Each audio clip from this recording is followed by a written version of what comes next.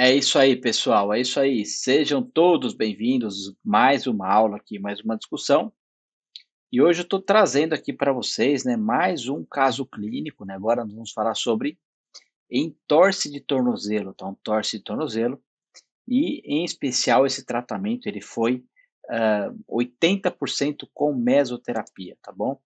Então vamos lá, né? Recapitulando um pouquinho só aqui da anatomia. Então, o tornozelo ele é sustentado basicamente ali por pequenos, né, ligamentos. Eu tenho um envoltório ali também ao redor do tornozelo. Então, pensando, né, nos ossos, eu vou ter fíbula, eu vou ter tíbia e eu vou ter os ossos, né, os ossos principalmente calcâneo, tarsus, o navicular, cuboide, cuneiforme, né? Aí depois, né, o cuneiforme lateral, intermédio e medial e depois nós teremos ali os meta os metacarpos, né? E depois eu tenho, aliás, os metatarsos e depois eu tenho a falange. Então, olha só, né? Nessa imagem anatômica, nós temos alguns principais, né? Eu destaquei aqui, então, o ligamento talofibular posterior, percebo, é um ligamento pequenininho, né?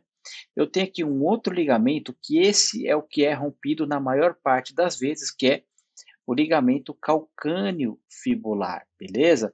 Além do talo fibular anterior, enfim, né?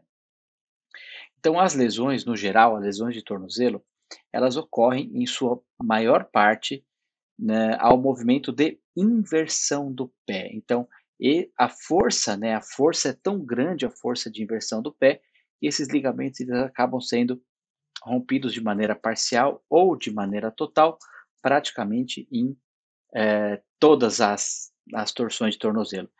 E entendam uma coisa, né?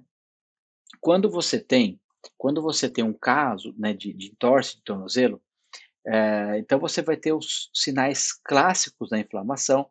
Então você vai ter rubor, você vai ter aumento de temperatura, você vai ter calor, você vai ter todos aqueles processos agudizados, aquela cascata inflamatória. A gente consegue visualizar isso muito bem, né? O tornozelo do paciente fica muito inchado, enfim. E você tem nesses casos que minimizar esse processo inflamatório. Então, nós temos várias estratégias que é o que eu vou comentar com vocês daqui a pouquinho. Aqui nós temos um outro exemplo, então aqui ó, tinha acabado de falar para vocês, ó, o talo fibular anterior e olha aqui ó, aliás, o tíbio fibular anterior e aqui nós temos o ligamento talo fibular anterior, beleza? Agora olhando posterior aqui à região do calcâneo, nós temos aqui o ligamento tibiotalar posterior, e aqui eu tenho o ligamento tibio-calcaneal. Esses são os principais ligamentos ali que nós temos do tornozelo. E eu quero que vocês prestem atenção nessa imagem aqui, pelo seguinte, né? É uma paciente que ela estava jogando tênis, né? Paciente jogando tênis, ela estava jogando quadra rápida. Então, quando você tem, né, os pacientes que jogam quadra rápida, não jogam naquela quadra de saibro, esses pacientes eles têm que fazer uma frenagem, né? E eles têm que fazer uma aceleração e, e acabam, né, eh, muitas vezes com alguma deficiência muscular e eles vão sobrecarregar a região do tornozelo. Nós já vimos vários casos de fratura do quinto meta tarso também, porque esses deslocamentos eles geram zonas no pé, zonas de pressão muito grande, zonas de tensão muito grande, e aí o paciente ele fica suscetível aí aos entorses, ok? Então, nesse caso clínico que nós separamos aqui para vocês, entenda uma coisa, ó, aqui nós temos uma imagem termográfica ó, da região da perna, então quero que vocês se atentem para esse trajeto aqui, ó, que é o trajeto do músculo tibial anterior. Então, se nós né, traçarmos uma linha aqui, estou traçando uma linha aqui para vocês, ó, se nós traçarmos essa linha aqui, essa região do tibial anterior, ela é uma imagem simétrica, tá bom? Ela é uma imagem simétrica. Agora eu quero que vocês percebam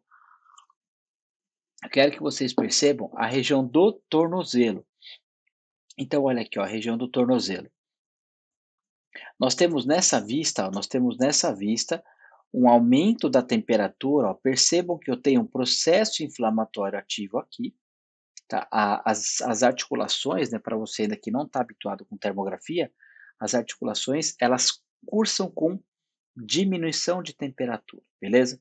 Toda vez que você tem um aumento de temperatura local, nesse caso nós estamos diante de uma região articular, você tem um processo inflamatório ativo e, claro e óbvio, né, a paciente ela trouxe toda uma história para nós.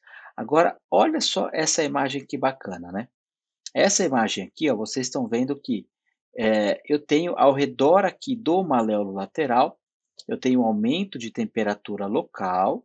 Então entendam, ó, vem comigo aqui na escala, ó, tudo que é branco tem aumento de temperatura, beleza? Olha lá, estou passando o mouse para vocês. Tem aumento de temperatura. Vermelho também é uma temperatura aumentada, e aí depois as cores vão ficando mais, entre aspas, mais frias, e a região também, né, as regiões mais frias vão tomando destaque. Então, para quem não trabalha com termografia, entenda uma coisa: tudo que for cavidade no nosso corpo, ele terá uma temperatura aumentada, beleza? Então, se você pensar na região da fossa supraclavicular, eu tenho um aumento de temperatura. Se você pensar, por exemplo, na região aqui, ó, essa região external, então é uma região de seio, eu tenho um aumento de temperatura, beleza? A fossa, a fossa cubital, eu tenho um aumento de temperatura. A fossa poplítea é a mesma coisa, eu tenho um aumento de temperatura.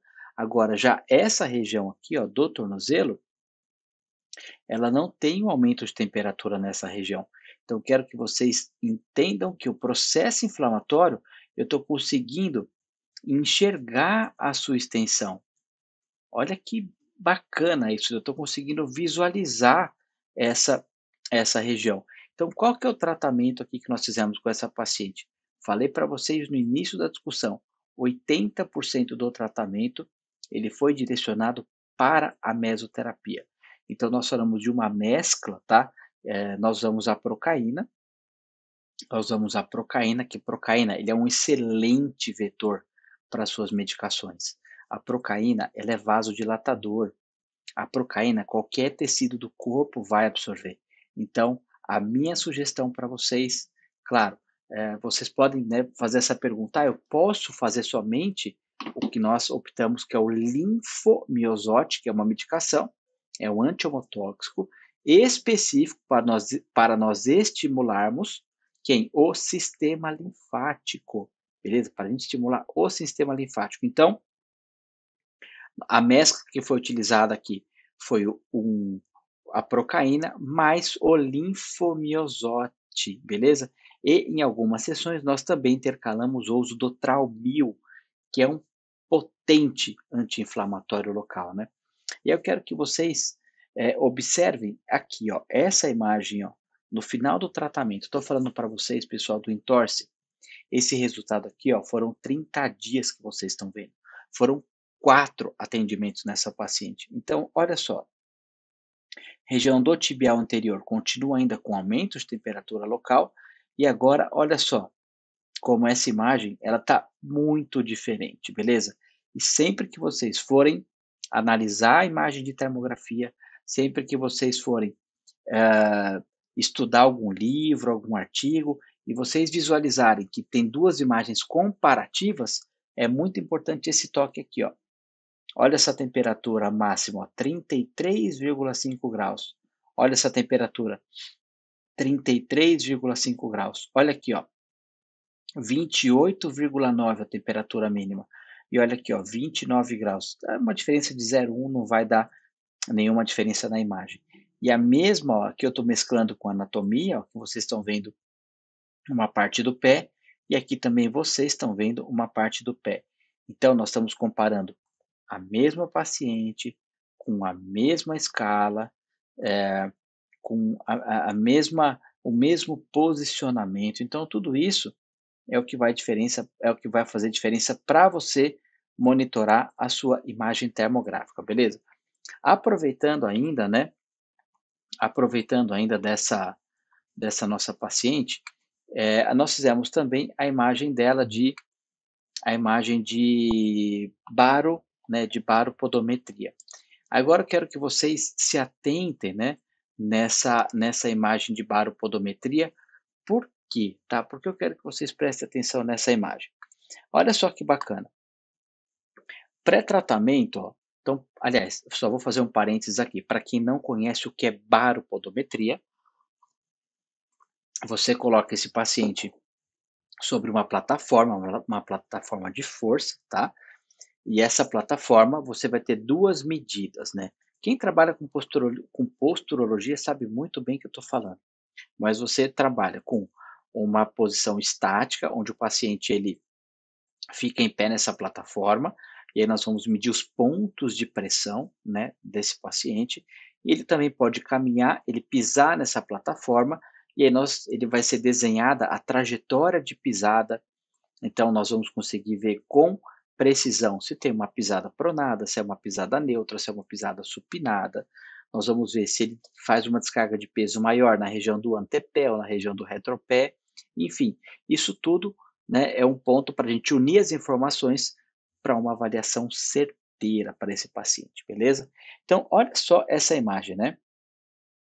Então, pré-tratamento, né? Aqui nós temos nós temos toda a distribuição diária, Então percebam uma coisa, na área total, nós temos aqui, ó, 43% localizada na região do antepé, e aqui eu tenho 57% localizado na região do retropé, beleza? E olha aqui, ó, vem comigo nessa imagem aqui, ó. Então, quando nós fizemos essa imagem, ó, qual que era a descarga de peso da paciente? Ó? Ela tinha, quando eu divido por áreas, né? Então tem lá ó, 48%, e aqui eu tenho 48%. Aqui eu tenho 52% e aqui eu tenho 52%. Se eu ficar preso nessa visualização aqui, ó, tá perfeito. Ela está distribuindo muito bem o peso. Agora, olha só, quando eu olho a área total, né, tudo os pontos de contato do pé com a plataforma, ela estava com 66% no pé esquerdo, então ela estava ainda jogando peso para o pé esquerdo e 34% no pé direito. Essa imagem que vocês estão vendo era a distribuição dessa paciente. Por quê? O nosso corpo ele tem uma propriedade de adaptação muito grande. Nós temos um sistema adaptativo muito bom. Por quê?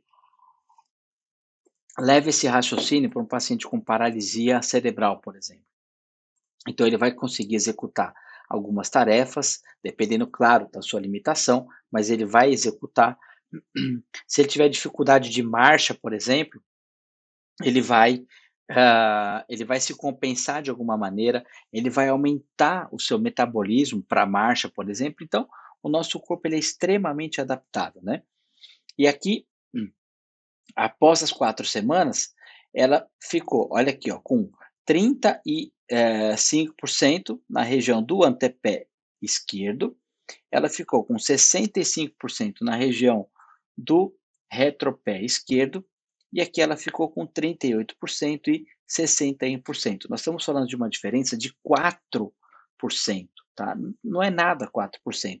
Agora, quando eu olho a área total, que estava 66% e aqui 34%, olha a diferença, 47% e aqui eu estou falando em 53%. Ou seja, o que essa paciente, né, o que ela mostrou ali para nós? Que ela estava muito bem adaptada, ela conseguiu ter uma melhora importante, ela conseguiu evoluir muito rápido com essa questão do entorse. Então, qual foi o objetivo da nossa mescla? O nosso objetivo foi reduzir esse processo inflamatório. Esse edema local, esse aumento de líquido residual, o que, que ele faz? Ele aumenta a pressão na articulação.